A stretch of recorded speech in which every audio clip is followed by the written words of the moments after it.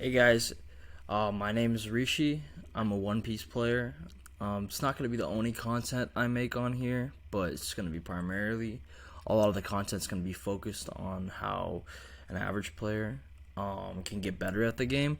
Because I was an average player, I'm by no means an insane player. I have a couple accolades under me. I have a top 64 in a treasure cup recently with Sakazuki. And then I also have a top 16 in 3v3 and a couple top 128s.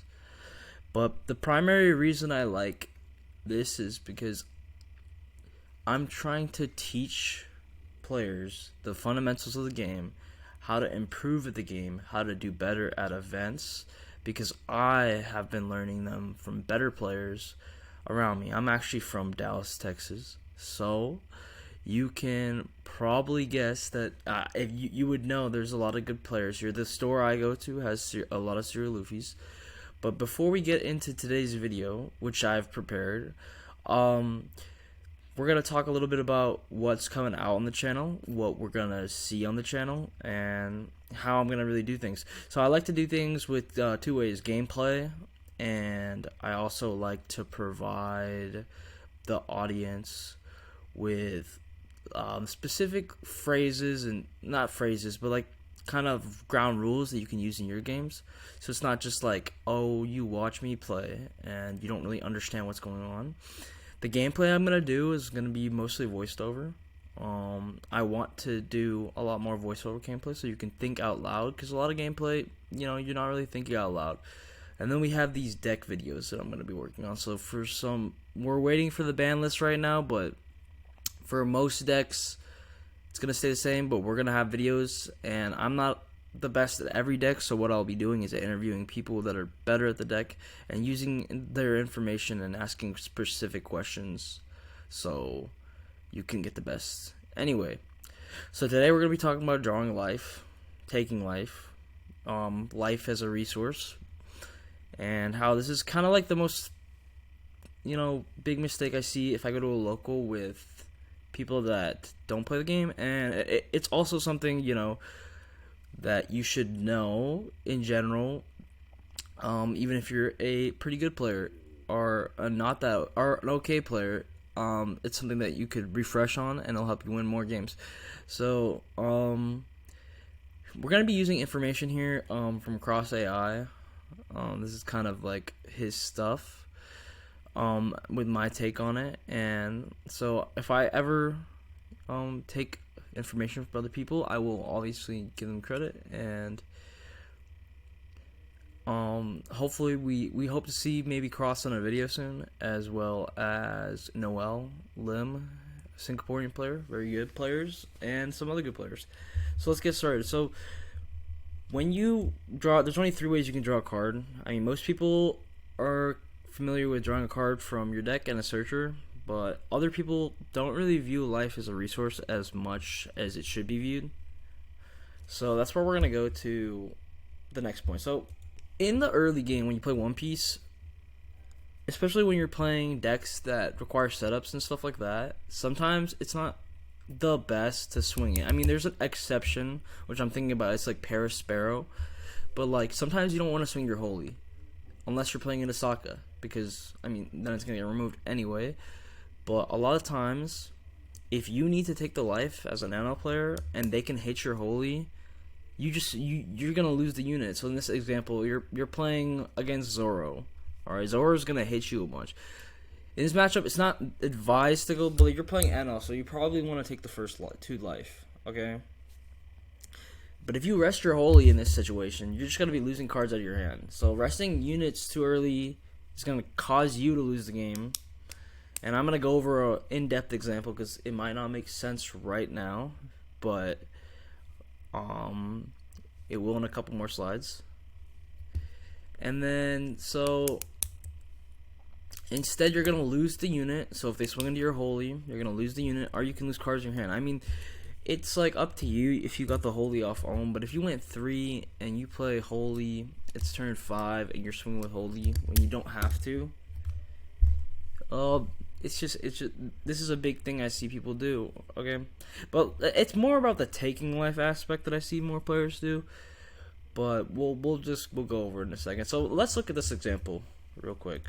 I can zoom, like, make this bigger. So in this example, we have a Zoro player and we have a Big Mom player, and so the biggest example here is that, Zoro's at 5 life, correct? So like Zoro could swing. Zoro's an aggro deck and swing at their life, but if Zoro swings here, he's gonna have to defend the Zoro. It's gonna swing for a small number, gonna go down to 1 more life. She's gonna take for free. It could trigger something, and then at the same time, next turn, she's gonna have an extra card from life. She's gonna have an extra card from her draw. So it's like +1 to 1, and then you're gonna lose the card. So she could play. She's going to go to 4 Dawn. She could play Cracker, swing 5 at your Zoro, and you're gonna lose this Marco, or this Dadan, which is your like 2 searchers, right? It's so crucial that you don't lose these 2 cards early, because you could just fumble the whole game. But you should be just taking these cards. So without resting these, then you're plussing 2. You hit their life. They're plussing 1, but then you're actually plussing 1 next turn. My bad. But they're actually hitting your life, so you get more cards to win the game. So I think most people can agree with that. That's like the general idea of taking life, and this is just a common rule for all your games. So let's keep going. Okay, so now we have a game. So we're gonna go through this game, and this is really gonna show you how lethal it is to rest units. Okay. So let me just pull this reel up. Okay, so Zoro's gonna go first here. Lucci's gonna go second. This is an older example, but the first thing that's gonna happen is Zoro's gonna play Buggy. Lucci's gonna play brand new. So they each +1. So they're each plussing. Oops, what did I just do? All right. They're each plussing 1. So they're plussing 1 cards. So it's like. So then we're gonna go to the next turn. So we only have 2 units on the board. We're both at 5 life. Okay. So then Zoro's gonna attack. We're gonna attack Lucci. Okay. Lucci's gonna take a life. And we're gonna play a brand new and a Buggy. So our board's looking pretty fucking good, to be honest. Like like this is crazy for Zoro early. Okay, so we get Kuz. So he plays Kuzan. So he took the life. So he's at 4, and then we're being hit. So we haven't rested anything, which is perfect. Okay. We didn't swing with Buggy, because what we're doing here is we're loading up our board so we can take life. I mean, in most situations, like into Sakazuki like that, you have to really read your opponent. If they're just gonna remove all your stuff, then yeah, okay, swing with it. But still, at the same time, you wouldn't swing with these stuff here, because this is plussing you a card. This is plussing you a card. So like, not attacking early with Zoro is perfect, because. And even if you didn't have the searchers, just don't attack early so you can draw your life cards. So you play with more resources so that you have a higher probability of hitting the cards you need to hit so you can win more of your games. And that's like kind of the whole general concept about strategy games and winning any type of game is to maximize your probabilities. So over here, we're going to go with the Zoro's going to attack now. So this is where we mess up. So you would think that at this next turn, Okay, this next turn, our priority is removing it. So we're going to Fire Fist. We're going to pay 3 Dawn to Fire Fist. We're going to Fire Fist the Kuzan and the brand new. We're going to hit Lucci. So Lucci's at 3 life. So his board is gone. And so if we did that, we hit him for 6. We could have just gone 7, right? But we decided to put a Dawn onto Buggy and swing. Okay. Now that we did that, we basically rest our units. The way this is going to help you remember is you don't rest your units until you take 3 life in majority of situations. So like if we go over here, we're going to get Kaku'd. We're going to lose Buggy. We're going to lose this Buggy because we're not going to guard out of a 6 into a 3. He has 3 life. He plus 2 cards. plus the card off Kuzan. His hand is good now. His hand is stacked, and we just lost 2 of our attackers in one go. Don't have any Makinos. We can't Makino the dot on, and our board is just left like that. So this is the prime example of why you shouldn't do that. Why you shouldn't rush your characters.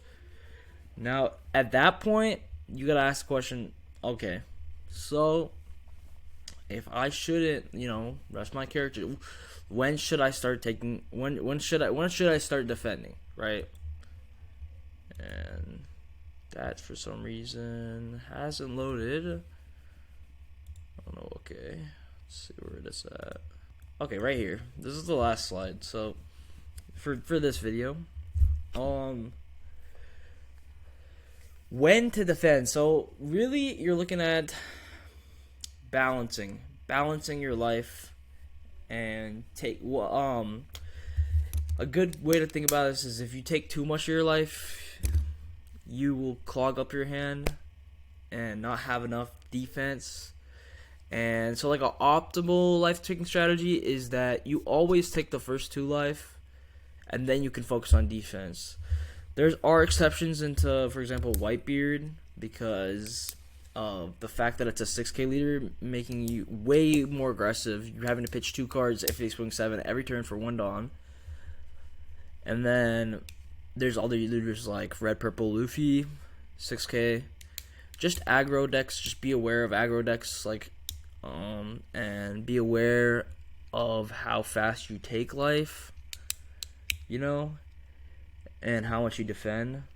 In the future sets, because I know OP6 is just around the corner, you're gonna need to not really do that when you play into Yamato. But how to play into Yamato is a completely different video, and that's something a little bit more advanced.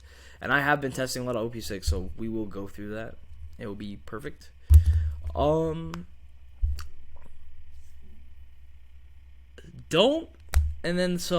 another color I want to talk about is yellow. So you're playing Cat. Katakuri is a little different. Taking life on that deck is not as simple as just take the first 2. You can take the first 2, and I'm pretty sure it would work out most games, to be honest. This is a rule of thumb. But a lot of times you want to look at your life and play around that and counter out if you have the counter, so you can look at your life and then organize it regarding to that. So it's not like a all given rule. It's just like kind of rule of thumb to use while you're thinking, is that you can take the first 2 life a lot of games, and that gives you cards. So doing this like this will actually give you cards if you don't rest your units and stuff like that. But yeah, that's all for this video, and I hope you can learn something.